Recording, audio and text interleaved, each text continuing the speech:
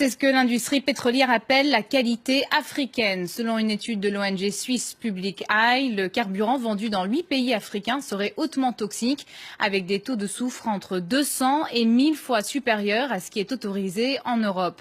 En 2030, la pollution de l'air liée au trafic routier devrait causer 3 fois plus de décès prématurés en Afrique qu'en Europe, aux États-Unis et au Japon réunis.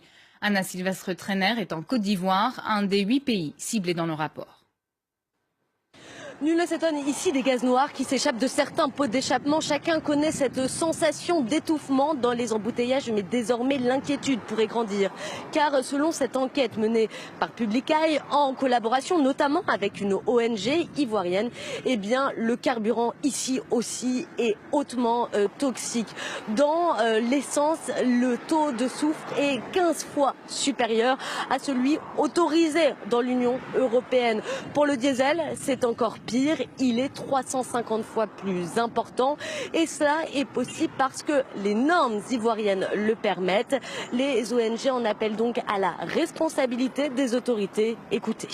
Nous interpellons le gouvernement de pouvoir revoir véritablement sa politique de sorte à permettre que le taux de soufre, le taux des produits qui sont mis dans le carburant de sorte à pouvoir être mis à la disposition des populations, soit revu et que cela soit sur la base des normes internationales, des normes européennes ou des normes américaines.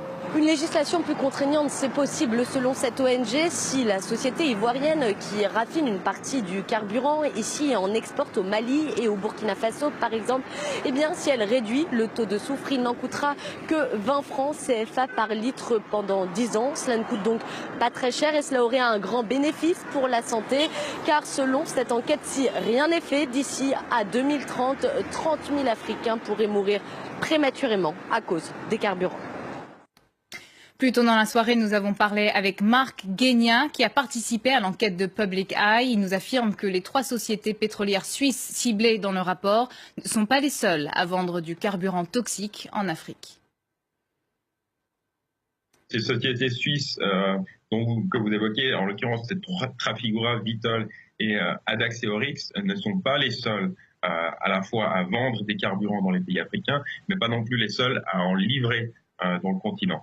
Donc on ne peut pas vraiment dire que ce sont les seuls responsables, ce n'est pas du tout le propos d'ailleurs qui est le nôtre. Ce que nous on dit, c'est que ces sociétés occupent des parts de marché qui sont importantes et qu'elles ont une responsabilité par rapport au carburant qu'elles commercialisent. Il y a quelques instants, notre correspondante à Abidjan nous disait que ces taux de toxicité sont permis par les gouvernements eux-mêmes, au moins en Côte d'Ivoire. Alors à qui la faute finalement ?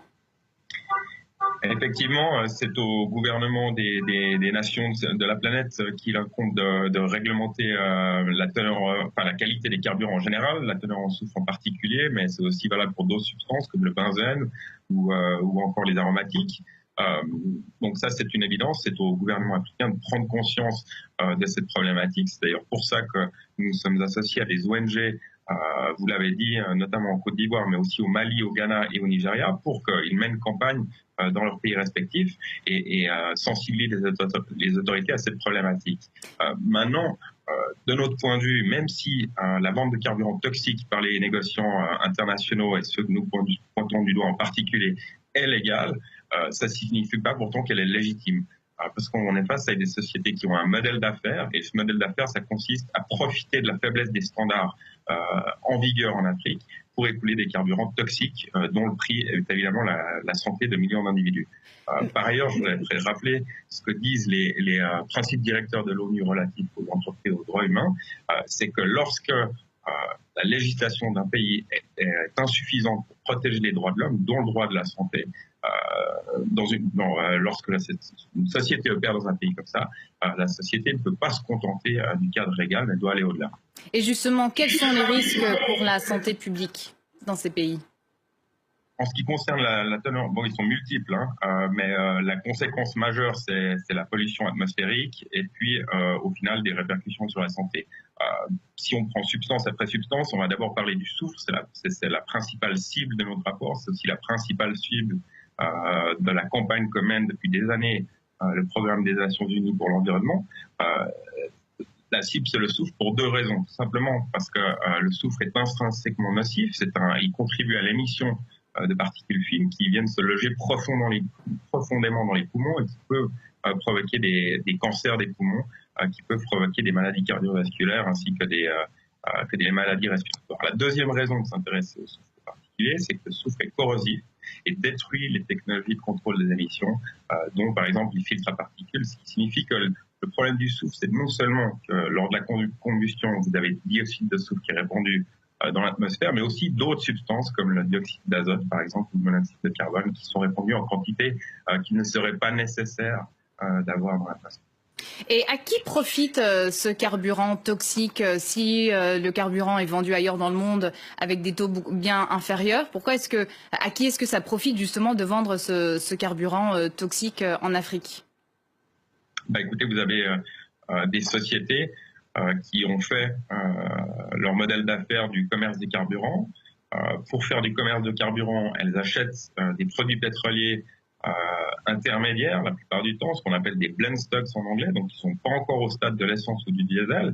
Ils achètent auprès de l'industrie pétrochimique, de l'industrie chimique ou auprès de raffineries. Et puis ensuite, ils additionnent et mélangent ces différents produits intermédiaires pour en fabriquer un carburant. Ils vont fabriquer ce carburant en fonction des réglementations en vigueur dans le marché qu'ils visent. Donc si le marché qu'ils visent, c'est le marché européen avec ses règles strictes, sa faible teneur en soufre, l'interdiction quasi absolue du benzène, etc., j'en passe, ils vont fabriquer un carburant avec des composants qui sont propres.